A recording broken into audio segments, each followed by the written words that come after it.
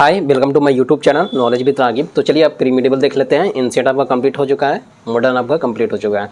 तो pre medieval देखते हैं, उसके बाद मिडिवल देख लेंगे पूरा का पूरा, फिर आपका हिस्ट्री कंप्लीट हो जाएगा। प्री मिडिवल इंडिया के तो यहाँ देखिए संगम पीरियड है। तो प्री मिडिवल देखने से पहले हम लोग क्या देख लेते हैं,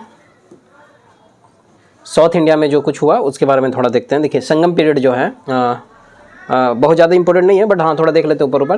3rd सेंचुरी BC से 3rd सेंचुरी AD तक रहा, यानी 600 ईयर तक ये चला था, ठीक है। और इस तरह से ये चीज़ें थी। यहाँ पे जो हाईलाइटेड है वही देखेंगे हम लोग, ज़्यादा इसमें नहीं हम लोग देखने वाले हैं। तो ये आप यहाँ देख सकते हैं, पांड्या रूलर जो था उसका कैपिटल मदुरई था, ठीक है। पहला संगम जो है वो मदुरई में ही हुआ था, डायनेस्टी पांड्या वंश था, और चेयरमैन जो था अगस्त ऋषि थे। और इस तरह से है, यहाँ पर आप देख सकते हैं सारा। और ओरियार में जो था ना कॉटन वगैरह के लिए वो फेमस जगह था। और यहाँ सेकंड संगम जो हुआ उसका कपाटपुरम में हुआ, पांड्या वंश के थ्रू ही, और चेयरमैन अगस्त इसी फिर इसमें भी थे। बाद में इसका शिष्य तोल्कापियर बना था। और टेक्स्ट जो था तोल्कापियम, ये रचना किया था तोल्कापियर। तमिल व्याकरण टेक्स्ट था ये। कैसा था? तमिल व्याकरण, समझ में आया? ये अगर बोलता है कि जो टेक्स्ट तोल्कापियम था वो कैसा, किस में लिखा हुआ था, तो तमिल में लिखा हुआ था, लिखा गया था तोल्कापियर के द्वारा। और थर्ड संगम जो हुआ था वो नॉर्थर्न मदुरई में हुआ था, जो कि नक्कीगढ़ चेयरमैन थे, ठीक है ना। और टेक्स्ट इसमें पट्टू था, और इट्टू उंगाई भी था। और इस तरह से था ये चीज़ें, आप देख सकते हैं। उसके बाद यहाँ देखिए आप, राजराज वन बहुत फेमस था, ये कंक्लूड किया था northern part of the Sri Lanka को। और इसी का बेटा राजेंद्र वन जो था वो जीता था साउथर्न आइलैंड को, ठीक है, जो कि तंजावुर इंस्क्रिप्शन से पता चलता है। और राजेंद्र वन ही भेजा था एक्सपीडिशन करने के लिए, बढ़ाने के लिए शैलेंद्र को, हाँ ठीक है, किधर, तो साउथ ईस्ट एशिया में अपना। और यहाँ पे आप देख सकते हैं उसके बाद संगम पीरियड में ही साउथ इंडिया में 3 साम्राज्य यानी डायनेस्टी हुआ करता था, जिसमें चेरा था, चोल था, पांड्या था। तो चेर डायनेस्टी देख सकते हैं आप, जिसका कैपिटल मदुरई था, सिंबल इसका क्या था, धनुष था। और चेरा का रेनबो था और सिंबल, और चोल का टाइगर था, और पांड्या का फिश था। इस तरह से ये पूरा चलता है। Oldest dynasty of the south India आपका साउथ इंडिया में चेरा डायनेस्टी था। और ऐत्रेय जो था ऋग्वेद ऐत्रेय ब्राह्मण, तो चेरपाद देखिए उतना नहीं है। आपका इंस्क्रिप्शन ऑफ अशोका जो है केरला पुत्र कहा गया, चेरा बना चेरा, तो ये सब चलो ठीक है। हम लोग थोड़ा इंपॉर्टेंट पे आते हैं। तो यहाँ चेर डायनेस्टी का आप यहाँ ये याद रखना, कैपिटल और सिंबल, आफ्टर देन ये सेकंड रूलर आता है, और इस तरह से ये पूरी चीज़ें होती हैं, ठीक है। फिर आप रूलर देख सकते हैं, इतना लेकिन इंपॉर्टेंट नहीं है, लेकिन आपको बैक ऑफ माइंड में याद रखना है। तो एक बार पॉज करके आप देख सकते हैं, जहाँ जहाँ इंपॉर्टेंट है मैं उसी को सिर्फ हाईलाइट करूँगा, और इससे जुड़ा हुआ थोड़ा सा आगे भी आएगा, उसमें हम लोग कवर कर लेंगे। अब यहाँ देखिए चोल एम्पायर जो हो गया, यहाँ पे इसका सिंबल जो होता है टाइगर रहता है, ठीक है ना। आंध्र प्रदेश वाला एरिया में इसको देखने को मिलता है। और साउथर्न इंडिया में इस्टेब्लिश किया गया था प्रांता 1 के थ्रू। और पहला रूलर जो था इस डायनेस्टी का ये थे, ठीक है, बहुत लंबा नाम है, जेटी चेनी, ये थोड़ा देख लीजिए आप। और जो कि बनाया गया था कैपिटल कहाँ पे, तो उरियार में, ठीक है, संगमेर तंजौर ये।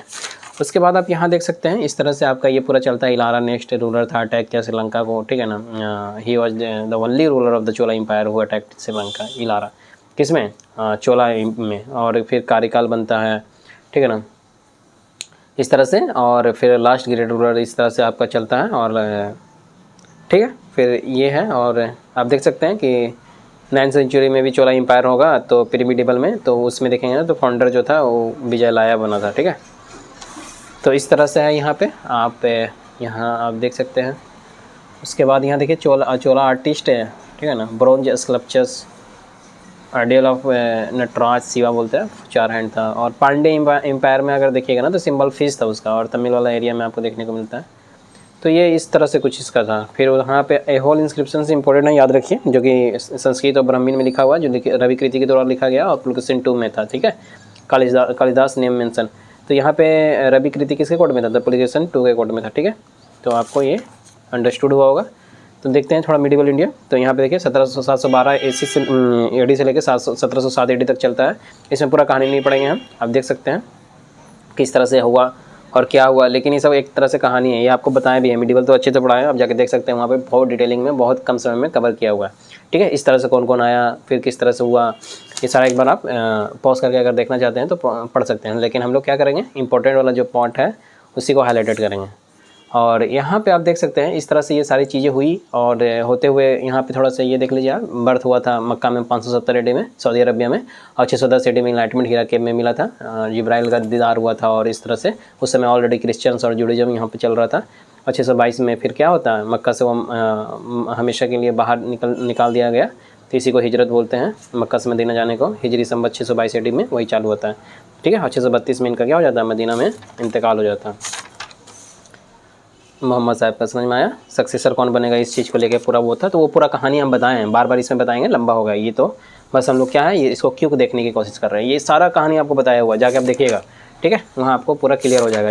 एक बार यहाँ पे ये देख लीजिए, बगदाद का शासक था, ठीक है, और करबला वाला वो युद्ध हुआ था, हुसैन वाला जो था वो पूरा सीन था, वो आप जाकर वहाँ देख सकते हैं, फुल्ली हम बताए हुए हैं।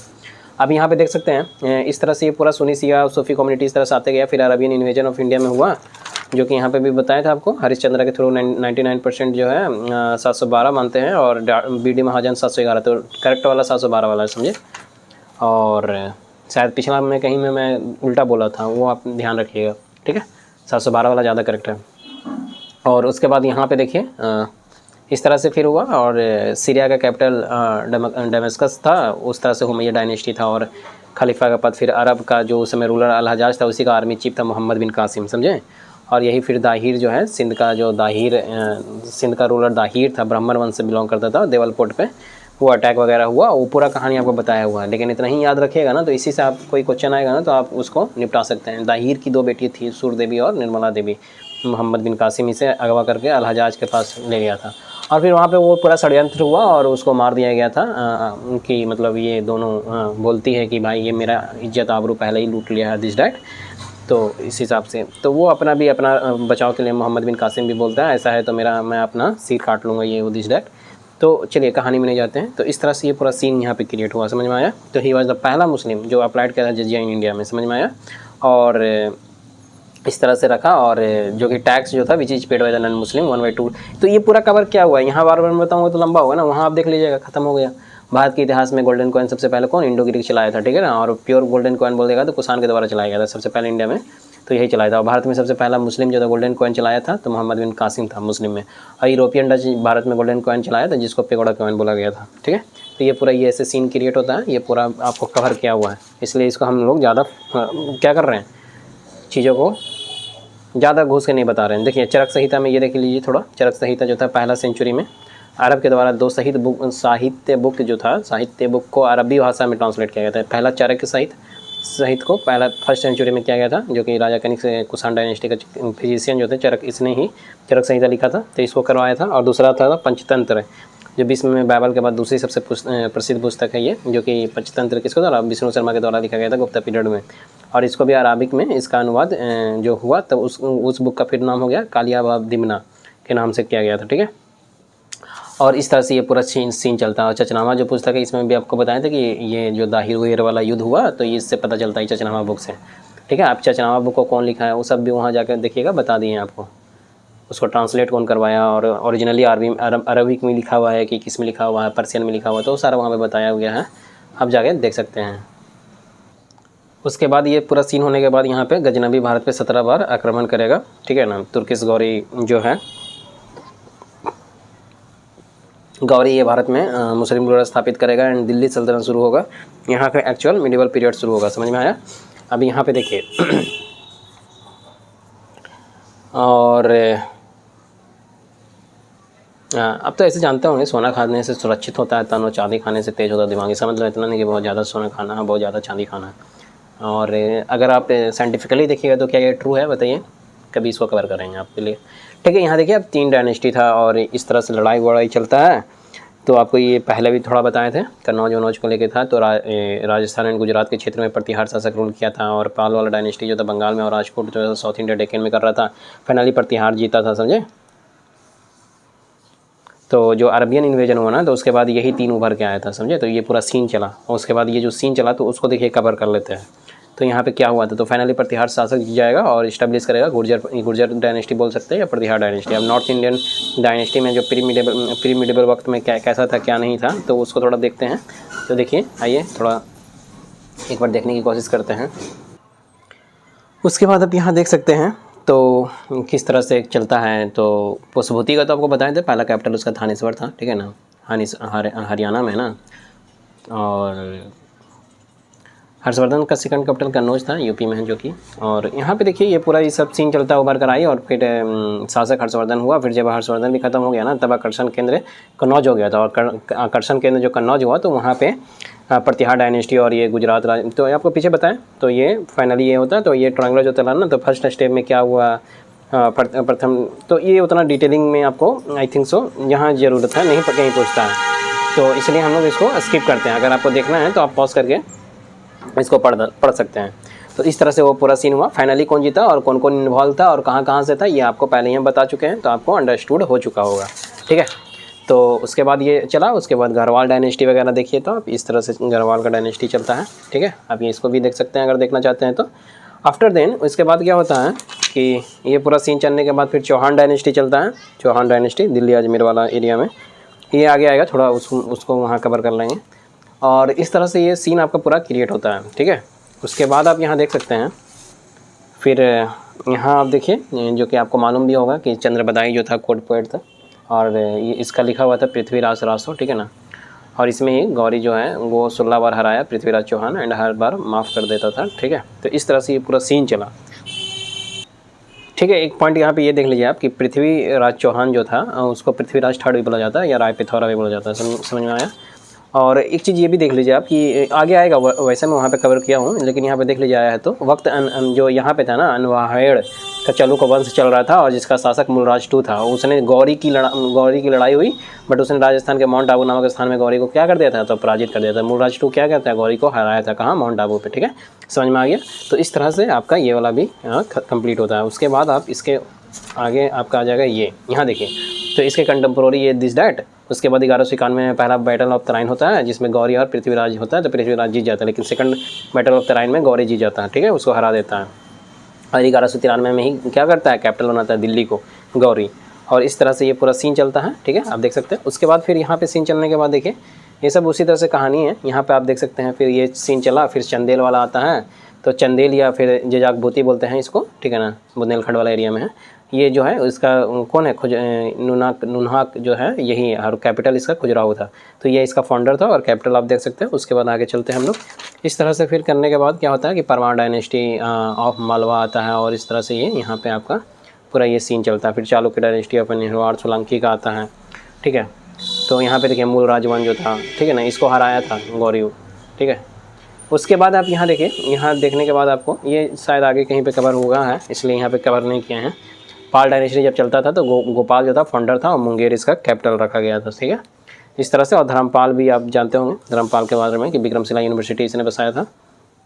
उसके बाद ये होने के बाद आप देखिए जितना चीज़ बोल रहा है ना बहुत इंपॉर्टेंट, उसको तो छोड़ना ही नहीं आपको कहीं से भी। लास्ट रूलर महिपाल हुआ था, या इसी को गोपाल थर्ड बोलते हैं, पाल डायनेस्टी है। फिर सेन डायनेस्टी जो चला, तो सेन डायनेस्टी बंगाल वाला एरिया में चला, पाल डायनेस्टी भी बंगाल वाला एरिया में चला।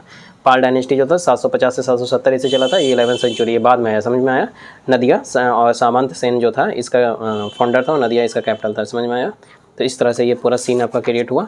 फिर ये सीन क्रिएट होने के बाद देखिए यहाँ पे ये इस तरह से होता है। और उसके बाद यहाँ देख सकते हैं कि बख्तियार खिलजी जो था उसका लक्ष्मण सेन जो था, तो उस वक्त ये इन्वेजन वगैरह किया और समझे और सेन डायनेस्टी का अंत किया, समझ में आया। और फिर हिंदुस्तानी डायनेस्टी ऑफ गंधार चलता है, और इस तरह से ये फिर चलेगा आपका। उसके बाद यहाँ देखिए कारकुट डायनेस्टी, फिर दिस डाइट रहेगा। उसके बाद आप यहाँ से यहाँ आते हैं, ठीक है।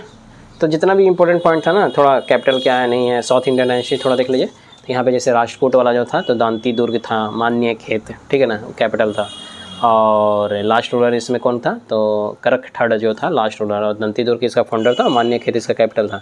बस इतना ही याद रखना रहता है, बाकी आपका थोड़ा इन डेप्थ में है, अगर पढ़ना है तो आप पढ़ सकते हैं, कहीं हमको तो दिखता नहीं है क्वेश्चन।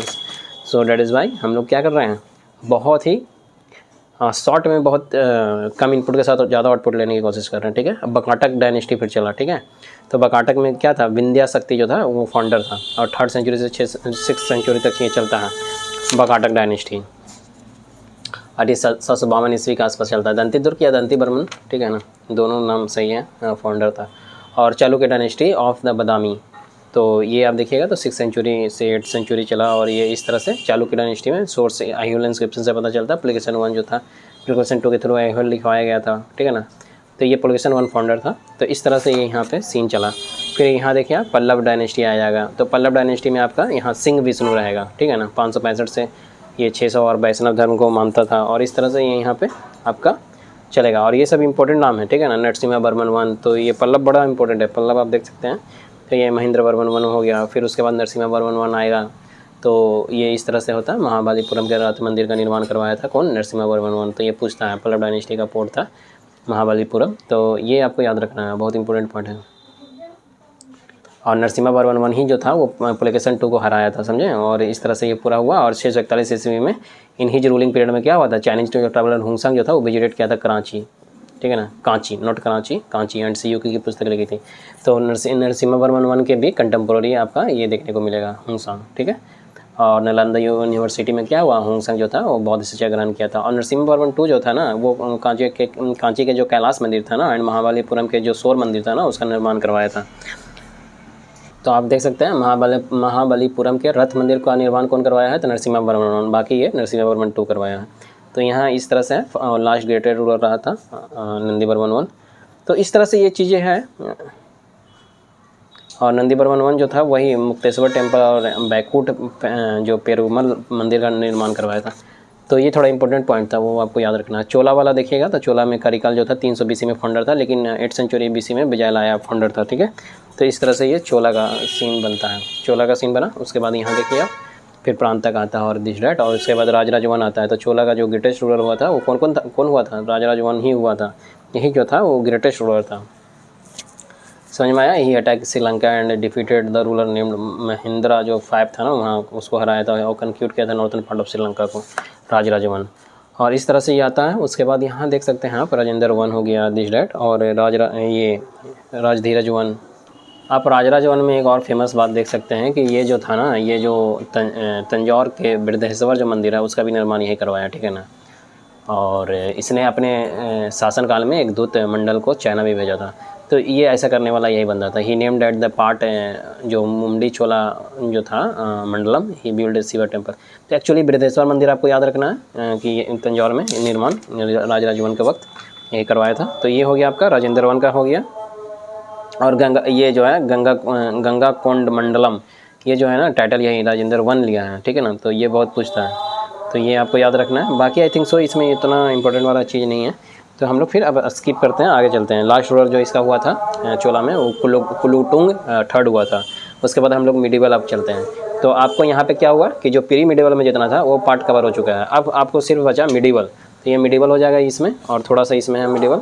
तो ये पूरा मिडिवल अगर करवा दूंगा ना, तो दिल्ली सल्तनत और मुग़ल वाला तो मैं ऑलरेडी कवर कर चुका हूँ। इसको जाके आप वीडियो से देखिएगा ना, तो यहाँ देखने की ज़रूरत नहीं पड़ेगा। लेकिन इसको फिर भी हम बहुत क्विक करेंगे ताकि वहाँ से भी कम समय में इसको कवर कर लें, क्योंकि वहाँ पे जो कवर किए हैं ना हम, वो आपको यहाँ इस कॉपी से भी किया हुआ है, घटना चक्र से भी किया हुआ है, ठीक है ना। और आपका लूसेंट क्रॉन और भी 2-3 सोर्स से किया हुआ है, तो सबसे किया हुआ है। और बहुत कम समय में वहाँ पे भी दिया हुआ है, आप जाके देखिएगा, बहुत ही कम समय में है दोनों कवर।